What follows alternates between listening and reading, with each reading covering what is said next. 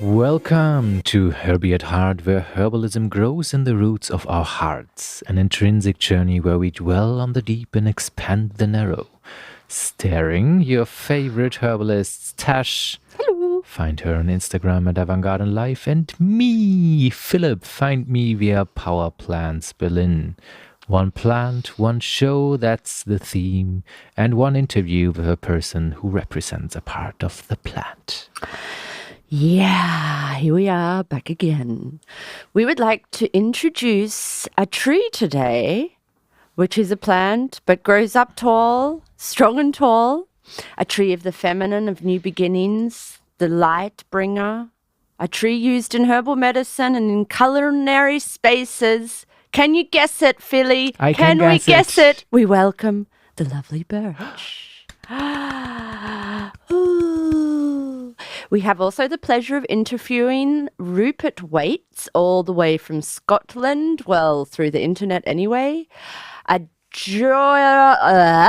jolly fella from the wilds of Scotland who I met at an annual foraging meetup in February in the UK, a chef and a lover of birch sap. And I thought we would like to introduce today with a quote, which is from Marie van Hayden. She is a homeopathist here in Berlin, and she works with the Bauman Apotheke, which in English translated is the tree of homeopathics or homeopathic trees. And she had this lovely quote. Recognize it, perceive it. Where do you feel it? In your fingertips, in your knees, in your hips. Then stand with the awareness of being a dynamic, powerful person. With that quote, we directly digging in our first song as an introduction for the evening tonight, and we are listening to a Russian folk song called Beryoska, the birch tree. Lovely song. The little birch tree. The little birch tree, a Russian folk song. So that's what we're going to talk about. The beautiful white noble birch raising up to the skies, first coming in spring, the first tree to be there, to be seen. Everybody knows the birch tree. We know the white bark of the birch trees. That's a distinguishing feature. We know the beautiful color it has. It comes from the Betulin name that we also find in the Latin name of the birch. It's called the Betula family. There's plenty of species of the birds around, more than 100 to be count. Mostly what we see in our surroundings is the silver birch, which is the Betula pendula. If you look around and you see it outside and you don't know which species it is, don't worry. It's pretty hard to distinguish them, to be honest, because they're mixing up all together by themselves, crossing species. So it's quite complicated. But if it's like hanging down and looks like a pendulum, it's probably the pendula birch, Betula pendula, also known as the white birch, Betula alba. And the other big one that we're having more in swampy areas, that's the Betula pubescens, and you can find it a little bit more hairy. If you look at the little fruits that it's growing, you can find them being quite hairy. Anyway, there's plenty of them around. And often these are the big ones that are used in medicine. They're often crossbred, as I just mentioned, so the identification is quite difficult. But for just home recipes, you can use all of them. Right now, at the beginning, we are recording this in March 25, so they're coming out, the gems are coming out, you can collect them, you can put them in alcohol, you can put them in vinegar, whatever you like, and they're very, very beautiful medicine, especially for your renal system, for spring cleansing, getting all that shit out of your body. And I recommend to be super careful with that, because The last time I tried it, I had major headaches. I had to pee like every 10 minutes, and it's super, Quite super the powerful. overdose. Yeah. That's why normally we're taking this plant every month that we're talking about, but this time I just couldn't. I just came out of a detoxification from January and February, and starting with another one in March, it was just too much. Anyway, it's a pioneer species that you often find as a new plant or new tree growing. They often grow alongside hazels, pine, elder, white rose, or wie sagt man Erle auf Englisch? Elder. Yeah? Elders. Okay, elders. Not an elder, like with an A. Like alder. Okay. Alnus. No, alnus. Elder, it's elders. called in English. Okay, I didn't know that. Yeah. So it loves water. It needs a lot of water.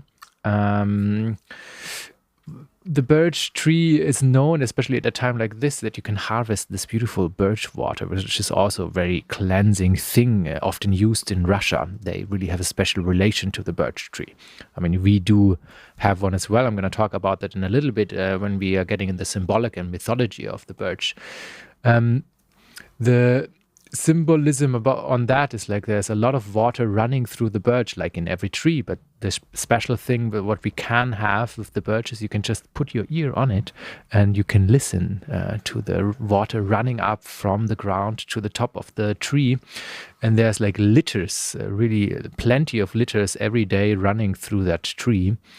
And you can harvest those beautiful drinks from the birch tree.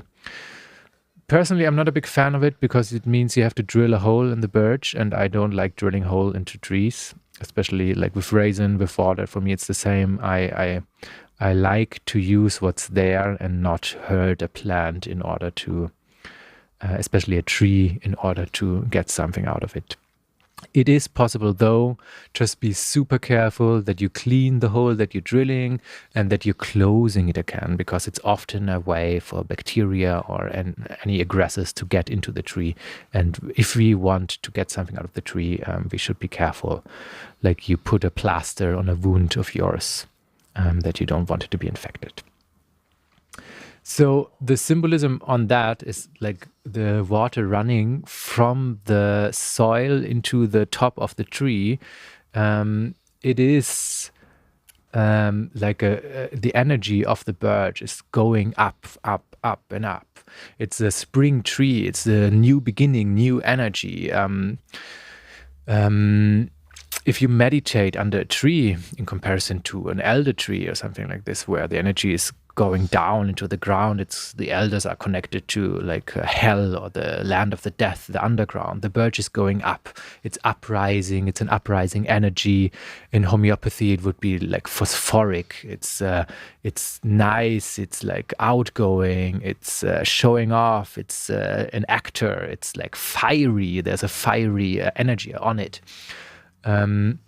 The goddess in Celtic or Irish tradition is Birgit or Bridget, who is the goddess of new beginning, and she's also the goddess of the blacksmiths and fire. So we have this fiery energy on her. So there's a big tradition, and it was a very holy tree.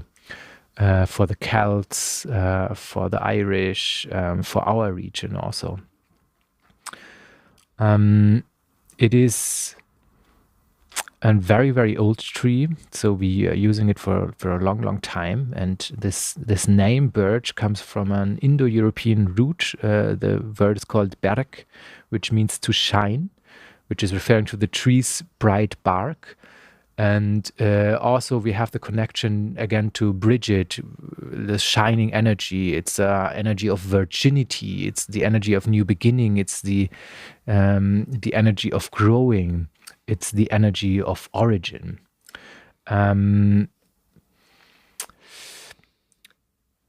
As a analogy, we can look to India. The Saraswati, the goddess, she's also a birch goddess. She is known as the origin, coming from down, bringing new energy to the world. Her name is also Vak, which is related to vocal in Latin vocere, to name something. And in the beginning was always the word. So even in the name, we can find the relations to the idea of beginning. And the birch, if you take it, if you meditate with it, if you get in contact with it, it makes speech and thought flow. It's the tree of the poets, it's the tree of the writers.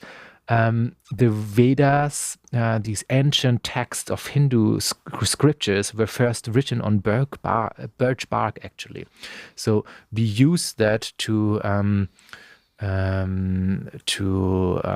conserve our thoughts, something that was not so easy in the ancient times, where paper wasn't invented or we didn't have access to papyrus or something like this.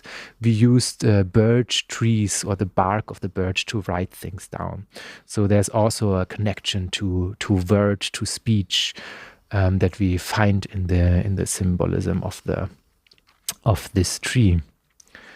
Yeah, so it's a tree of spring, it's a tree of new light, it's a tree of purification.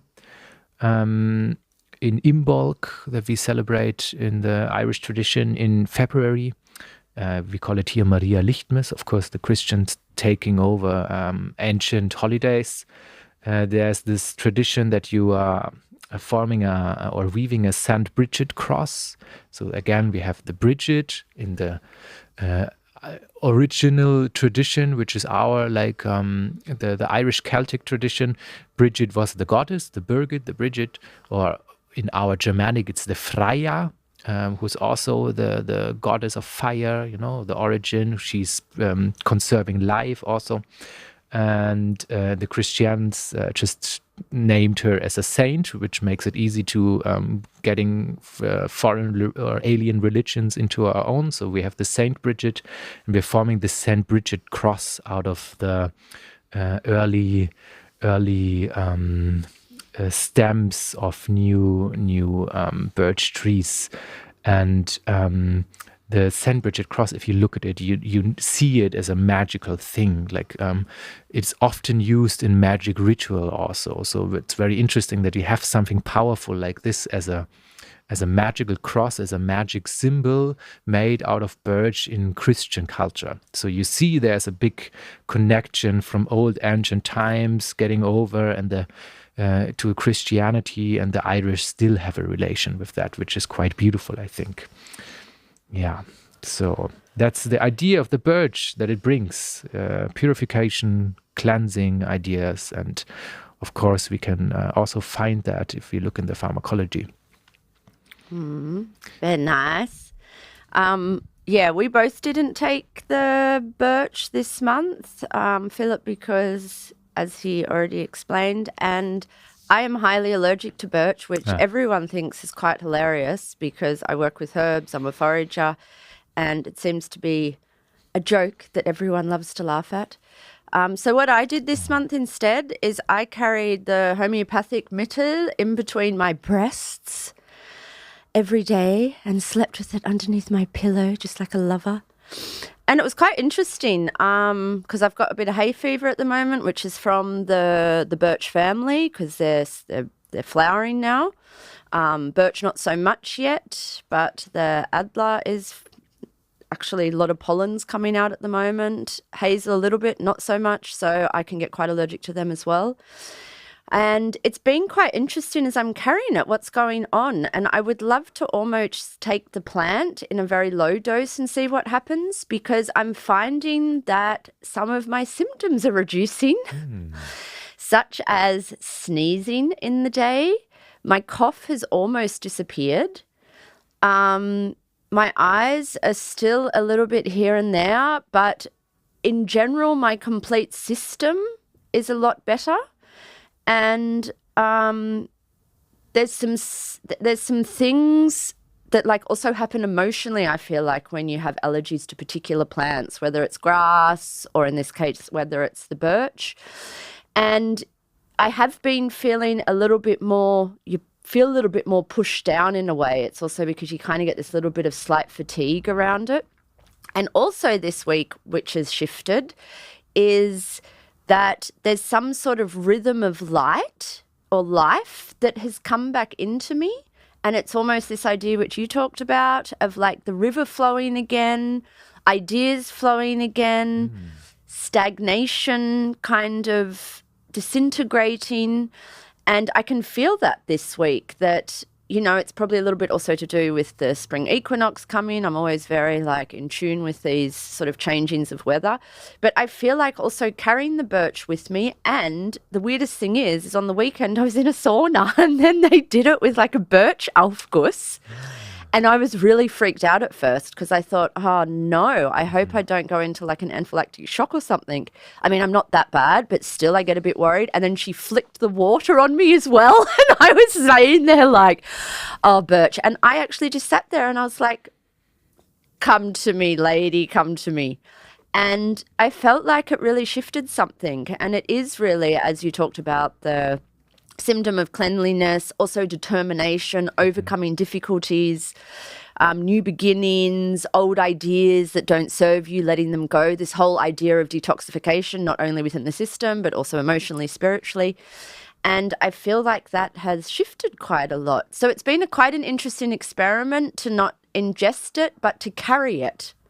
And carry it close to my skin. And it could also, I could have carried technically a piece of the birch. I was just more concerned about the allergic reaction because when I've taken the mushrooms, which there's also a lot of medicinal mushrooms that grow on dead birch, when I've used them and prepared them, I've completely swelled up in the eyes. So I am very wary about using stuff from the birch.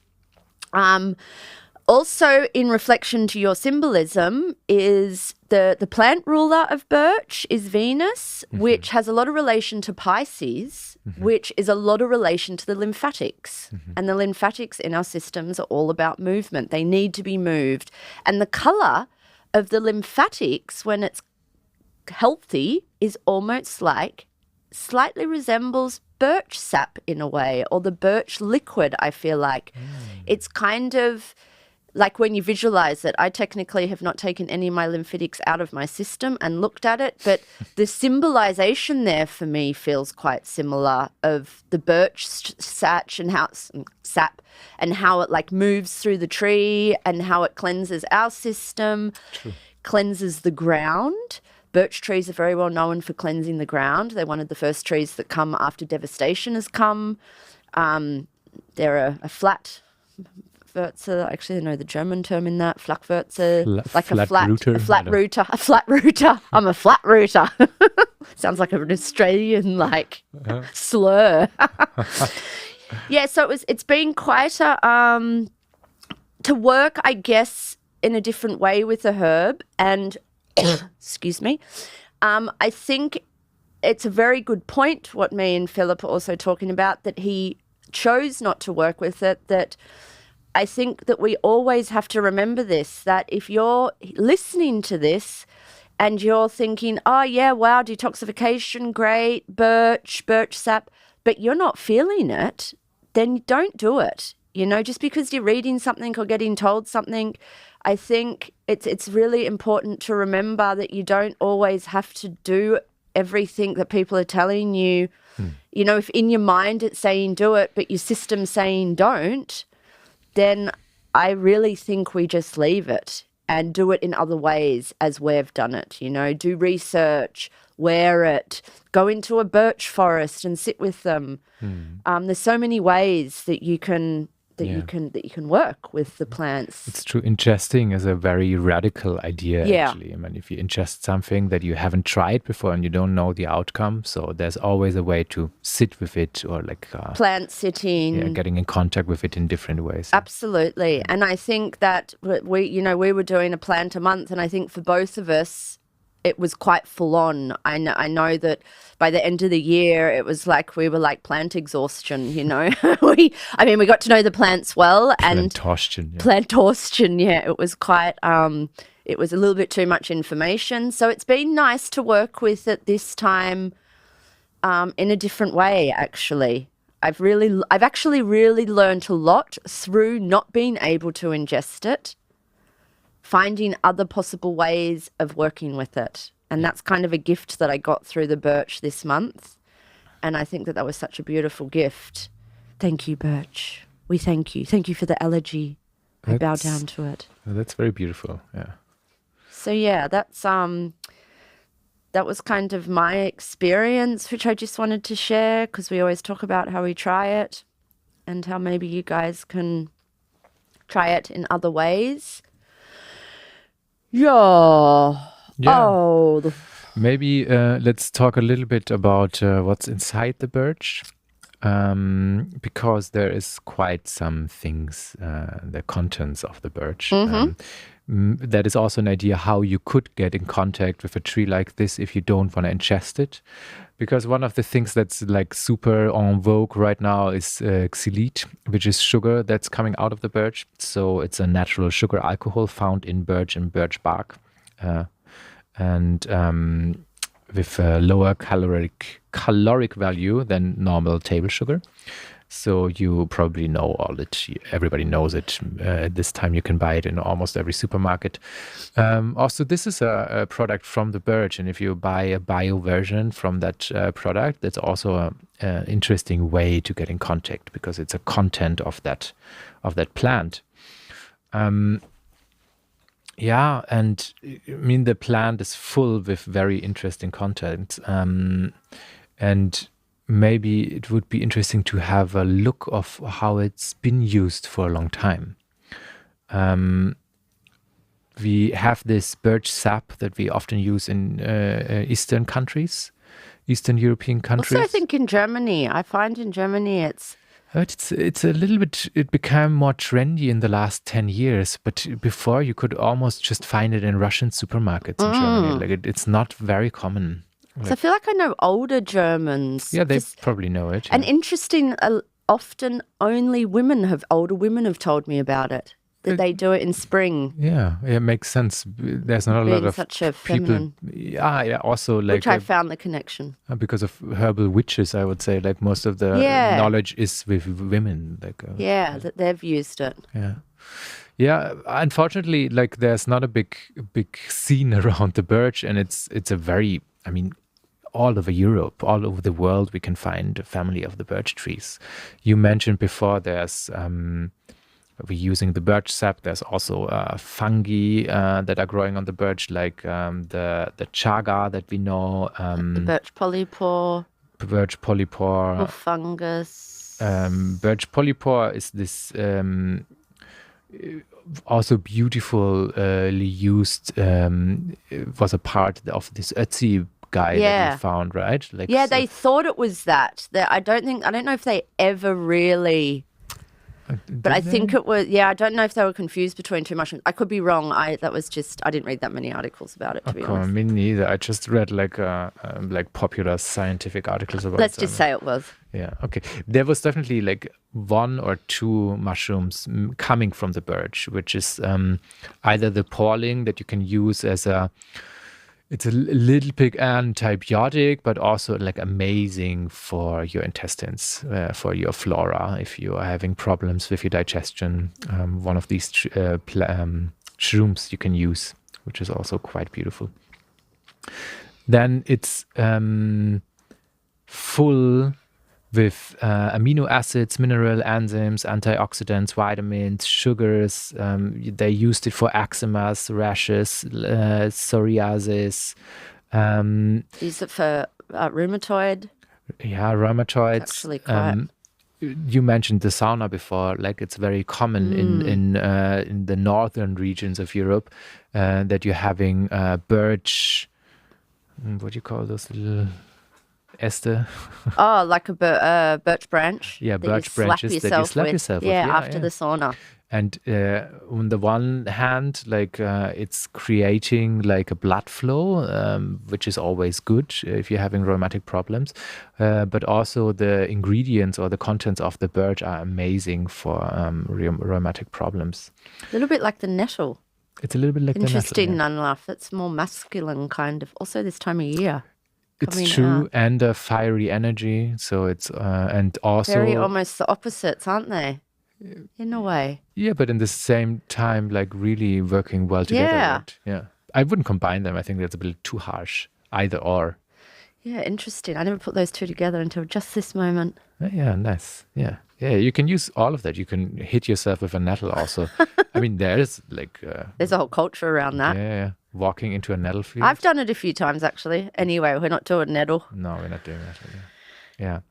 Flavonoids, of course, saponins, like the betulinic acid and betulinol that are working amazingly on our renal system. Essential oils, of course. Again, we have this fiery energy. Just remember you being a child, trying to make a fire in the woods. You are the happiest person if you're finding birch bark, because it's the inflammation properties, not inflammation, but like the possibility to light it up is amazing. It just burns super fast, helps you to create a fire. So again, we have this idea of fire that we find in the compounds of the birch.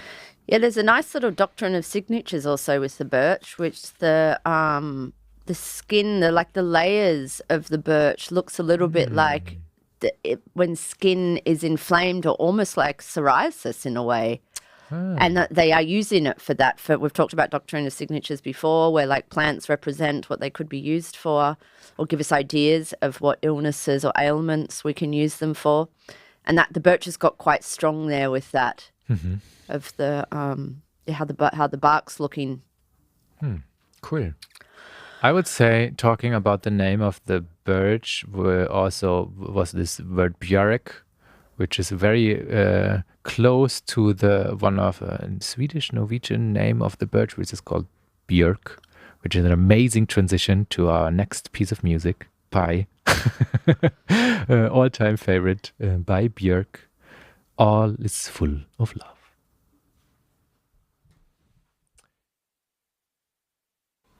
So we're coming up to the interview now, and as always, we like to connect our plant tree with our interviewer. From the ethereal sweetness of birch, sap to the smoky whispers of its wood, the tree offers ingredients that evoke a wild beauty of the forest. Its leaves with a delicate minty touch infuse dishes with enchanting flavour. For chefs who seek to weave nature's essence into their creations, the birch tree serves as a bridge between Earth's hidden treasures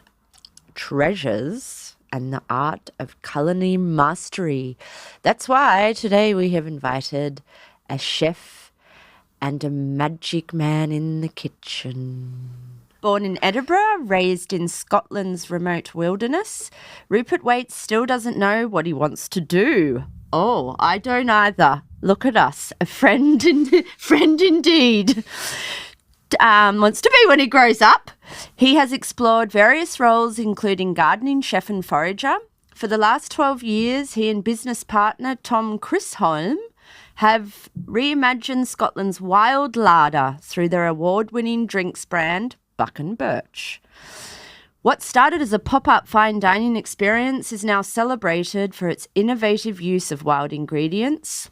Rupert leads the brand's drinks, research, foraging and recipe development, and recently won an innovative award for their premium vodka Birch. Well, I love vodka, so I think I'm allergic to birch, but I would drink it if I could. The future looks bright for Buck and Birch, and they continue to explore Scotland's hidden flavours. Welcome, Rupert. We are really excited to have him here. He's got an amazing background that we can see, which unfortunately you guys will not be able to. But it's looking wonderful back there with all these little experiments. So we're going to jump right into the interview. Could you share your journey with birch trees? How did you first come into contact with them? How they inspire you? Maybe a little bit about that? Yeah, I mean, it's a funny one. I grew up in the West Highlands of Scotland, and surrounded by birch trees. You know, it's kind of very much their natural home. Mm-hmm. And I guess I took them for granted. I love the colour of them. You know, I always loved them as a beautiful tree. I loved plants all my life. I think when I was 17, I remember somebody passed me a flagon of birch sap wine that he'd made at a party. And I shouldn't have been drinking, obviously, since I was only 17. But I just remember thinking it was the most incredible thing I'd ever tasted. And I really had to go and make this stuff, But one thing led to another, and I left the Highlands and I got a job as a chef. And I just spent the next, 20 years or so in a box, in a kitchen, not foraging or anything, And one thing led to another. I gave up chefing and decided I kind of wanted to pick up the foraging again and go and explore all the flavours that really aren't explored in Scotland's cuisine. And this memory of birch sap wine was the first thing that was still in my mind, And I read up on it. I went out, grabbed a drill, and tapped a tree, and it was sort of almost like love at first sight. I was kind of smitten. It was magic, and that just led. I made the wine. I started making like syrup, and it was it's the tree of rebirth and sort of renewal. And I think in my own story, it just keeps popping up as this thing that's there always and again, and laterally it's sort of become quite transformative in just the sort of way it's. I would almost say it like a teacher now. Before it was a plant, I was taking something from it, and it's turned into something almost like a calling, Like I think I now say the birch didn't call me and she seduced me, and now I kind of work. I'm like the birch's bitch, I'm here trying to raise the profile of the tree. In Scotland, it's kind of looked upon as a bit of a weed, which is how far we've fallen. And I just think it should be a cultural icon. It's a tree that in the Northern Hemisphere, it's something we've all grown up with, literally, through our sort of human history. It's the bringer of new life, and to reduce it, such an amazing plant to a bit of a weed, I think is a crime. And we're on a bit of a mission to put her back where she belongs. Beautiful. The Birch Revolution. Yeah, that's amazing. Something that I'm interested in because you mentioned the birch as your teacher, and I love and know this concept of trees as a teacher. So maybe a question that we haven't prepared yet, but like, what is it that she was teaching you or is teaching you? I don't know. I think I've never had a difficulty talking. Some people who know me would say I talk too much. And I guess from working with the trees, there's lots of things that it's slowing down for a start, maybe listening more, being alert, and just little things like gratitude, because it's easy to sort of make a tap in a tree and think, I'm going to come back and get 5 liters tomorrow, but there's no rhyme or reason. You get what you get, and really the only sort of way to be about that is just grateful. And I think there's sort of gentle power as well. There's a really soft, kind of gentle power to birch in that they don't seem to be doing too much, but really they will literally create an entire forest. They are the sort of mother of the trees. So they've always been there, and I've always missed them, and that's on me, So it's humility, I guess, is another lesson I've had, from birch trees. And I would argue almost it's just the start of another journey that I'm thinking, if I've missed all this up till now, what else am I missing? So I'm now an avid pupil, if you like, and I'm willing to sort of to listen all the more. And that to me is, it's very much, I don't know the word. It's just really, it's become almost obsessive, but yeah. Wow, that's so beautiful, the connection you've created there. We talk a lot about that on our radio, about connecting with plants and different ways that you can do it. There's like so many different ways that one can connect with plants. I actually have a practical question, which also isn't in our questions. How, because we talked just quickly about this before, how is it, because you're drilling into the tree, what, like how does that practically for the tree, or how does one, like, seal it? Or I haven't tapped birch trees, so... You're sort of in a bit of a forager's, minefield there. Yeah. I fell asleep one day, one evening, because I tapped a load of trees, and then I thought, but what if I can't, plug the holes? You had to plug the holes, and plug the hole, but it wouldn't stop the sap coming. So it just came through the grain of the wood that I used to plug the hole. And it set me off on this kind of rabbit hole where I looked up all the papers I could find from research. And there's stuff from Alaska, from Russia, and actually just sort of intuition in the end. So led me to believe that you have to tap healthy trees. It's a bit like giving blood. You wouldn't ask a 90-year-old to give blood. Yeah. And there is a debate whether you should or shouldn't take the sap. I've decided that birch trees are very generous, they're very giving, and within the bounds of respectability and responsibility, they're willing to give. So I choose healthy trees. We choose trees that are under good management. So they've got guardians, if you like.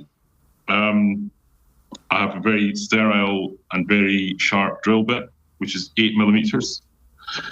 That is the industry standard for the maximum sap with the minimum damage to the tree. We go in at a slight upward angle, 4 centimeters into the sapwood.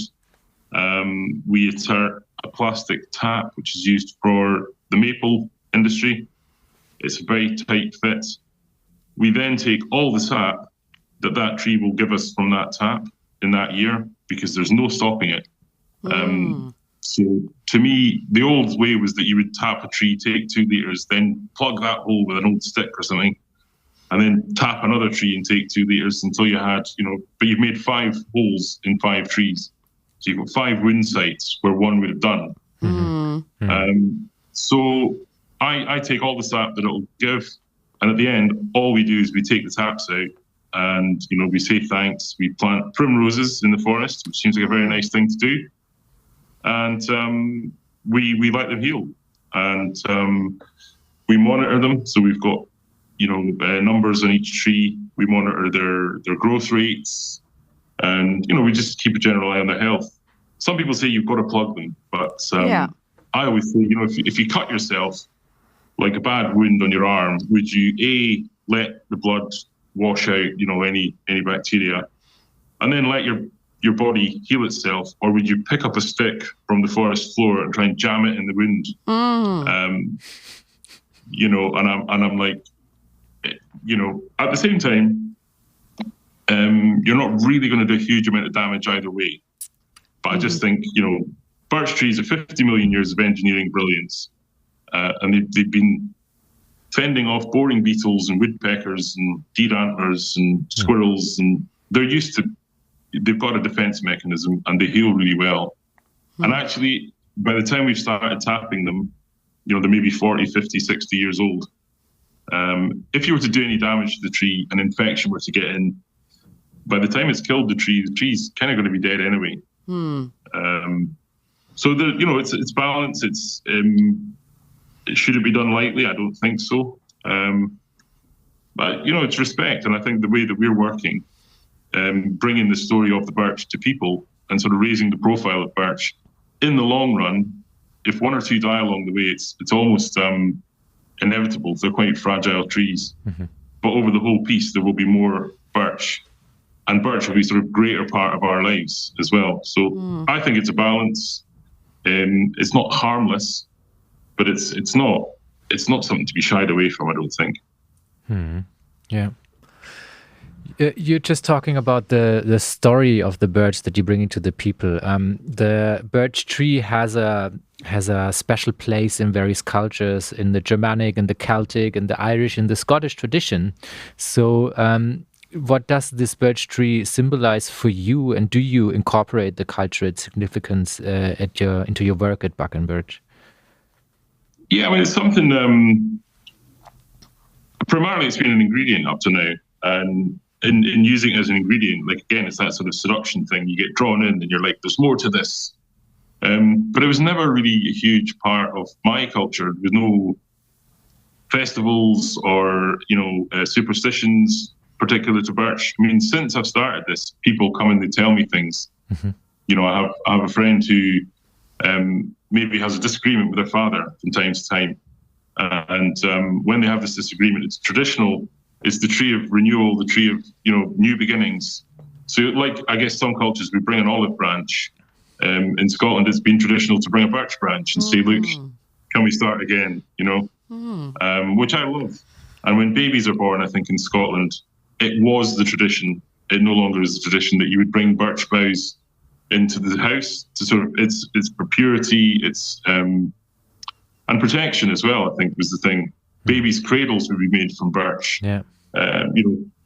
If you're a cow herd, you would use a birch branch to tap the cows to guide them, and this would help to make them more fertile. So it's all these things: it's protection, it's fertility, nurture, and birch. Wherever people have been in contact with birch around the northern hemisphere, where the birch grows in a big ring, really, it's venerated. People live with it, unless you're the sort of crazy modern people like us, in which case you think they're a weed and chop them down and plant oak trees or something, But to me, it's always it's coming to symbolize that it's the sort of nurture of the mother, and that protection. I'm drinking birch sap now every day. I've got like itchy post-winter skin. Birch sap's full of betula. It's full of goodness for my skin. So it's a healer, It's this producer. It's just amazing from start to finish. And but I'm really keen. So it's sort of examining this year, like trying to think of how we could build ritual or ceremony, some sort of celebration of birch back into our harvest. Yeah. Which is difficult, but slowly but surely, I think we should get there because it's got so much to give, and I think we need it. Yeah. I think it's a tree of our time, So I was trying to make birch brooms and use them to sort of like sweep things and make tea from birch buds and just little things, instead of just going straight in. And it was a little ceremony of a little festival of one, just me. But I think you've got to start somewhere. And I'd love to go, I think, in Ukraine and various sort of Eastern countries. They have big festivals. It's a huge thing. Yeah. And I think we should bring it back, So bring it back in our one day. Yeah. Yeah, for sure. Do we have another time for another question, or are we? I think we have one last question. Yeah. I would love, because we haven't touched so much on that, is the culinary, because you're a chef.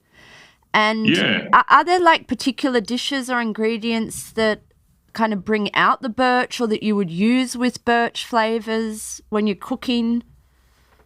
I mean, I could run down it. Like, our primary one is the birch vodka that we make, which I would say is pure. It's the best sort of rendition of birch in a bottle. It's 60% pure sap. It's got the buds, the bark, the leaves. It's even got some of the birch polypore in there. Wow. It tastes like a birch forest in early spring, like late winter. When you drink it, it just translates straight across. And I think I'm going to say I work a genius, but that's kind of blowing my own trumpet. All we did was not get in the way, We just tried to keep it raw and simple and not overthink it. But I mean, when we would make our first dinner, we waited for birch sap to rise, partly to put off all the work, but partly I said we've got to start with the birch. So we put birch sap on the table, and this just blows people away, this tree water. And then we would make syrup. So we'd boil it down and turn it into syrup and serve it with scallops and things, make it into caramel. Wine is another one. So make a nice primrose and birch sap wine, which is really nice. You've got to reduce the sap by half, and it takes on all the nutty kind of flavour.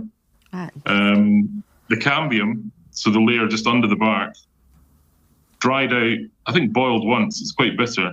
And then dehydrated and powdered. We use that to sort of part replace flour in shortbread, which we then flavour with birch buds. And so it's like birch bark shortbread. Oh, yum. And actually, it's endless. I've just made a batch of tea from like the buds, just the very tips of the branches, roasted at about 120 degrees. And then when they're dry but fresh and green still, you just powder them, and it makes this incredible, with birch sap. So I think we've in a sense we've scratched the surface a little bit, but we haven't fully exhausted birch. Then you've got the mushrooms. You've got things like the polypore, chaga that we use, and I do a cheesecake, which is a little bit elaborate, but it's birch syrup, which we then make into a liqueur. Okay. And we make it into caramel. We make the caramel into liqueur. With the butter that we rescued from the liqueur making, we make a cake with hogweed seed and birch syrup. And then we put that into some rum. And then we combine the sap, the syrup, the caramel liqueur, and the rum in a pan. And we mix that with the cheese. And then the cake that comes from the rum, we have to rescue the cake, dehydrate it with the butter from the birch syrup caramel liqueur. We make a cheesecake base, Oh my God. And then we put a birch syrup glaze on the top and dust the whole lot with powdered chaga, which is like birch mushrooms. Wow. And if you'd been at the Foragers Association meetup the year before, yeah, or maybe 2 years before, then yeah, it's one of those you can't really write the recipe and you can't really fake it. It takes 2 years to make, and it's just birch. It's properly sexy. It sounds much extraordinary. Birch as you can get, yeah. Okay. So we have to stop here because we're running out of time. So thank you very much, Rupert, for this lovely interview and the insights that you provided us from the experience with this birch. Yeah. It's been a pleasure. You can find Rupert at buckandbirch.com. It is, isn't it? Yeah, buckandbirch.com. Yeah. And also on Instagram. They have an Instagram. We link everything in the show notes as usual. So you can find him there. And was there any other little comment you would like to put across to our audience? One last thing about the birch or anything Just you want to share? The birch sap is flowing. Get into the forest, grab a tree, get to know her, and let her into your life. Oh, beautiful. I love that. Lovely. Rupert brought also a song with us called Birch Sap 1 by Birch Book. Lovely birch sap. Thank you, Rupert. And now we have the famous recipe time. We brought 2 recipes to you. Tash, you want to start with your first one? Oh, mine's really just get those mushrooms from the birch, dry them out, and have them there if you want to put into your stocks. It's a really good immune support herb. Great in winter, actually. So easy, yeah. You can also put it in your Asian dishes, like more of a sort of like a TCM kind of stock for winter, I always imagine it. Not too much. They can sometimes be slightly bitter. That's such a great idea. I often forget to just use all these things that I'm collecting also for cooking. They just sit there as artworks on your kitchen. In alcohol. Yeah. In alcohol. Never to be used again. To be seen, looked at. I brought a little bit of birch sauce for you, which is often used in the northern regions of Europe, especially Finland. It's a Finnish birch sauce for veggies, fish. You could also use it for meat. You just use some vegetable stock, about 100 milliliters, 2 tablespoons of birch buds that you can find right now, a little bit of honey, 200 grams of creme fraiche, tablespoon of cornstarch, mix it all up, stir it, salt, pepper, have a try, and use it as a lovely birch sauce. So you can get in touch with that flavor that Rupert was really nicely Yeah, you could also about. really mix that honey and put the birch syrup in there instead of the honey, or like play around with adding a bit more, put some of the mushrooms in the stock. If you have your own birch syrup, right, of course, yeah. The exilito. Exilito. That's like a way of not sure what language that. I'm not sure what language that was. Never mind. Anyway, we'll be moving on. That was recipe time, and of course we're gonna provide you with these recipes on Instagram. That's basically it for now. We have a little bit of invitations for you as every month. What's going on with you, Tash? I'm in a transitional stage.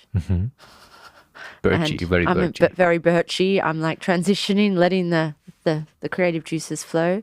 But you can find us both on in the Mommsenstraße, where we have our patients. If you're looking for two funky practitioners. Yeah, you can find one-on-one sessions at Mommsenstraße, as always, in our Praxis. Hit us up, Instagram, website, phone number is all there. If you need any help or support and a healing practitioner, we're there if you have time.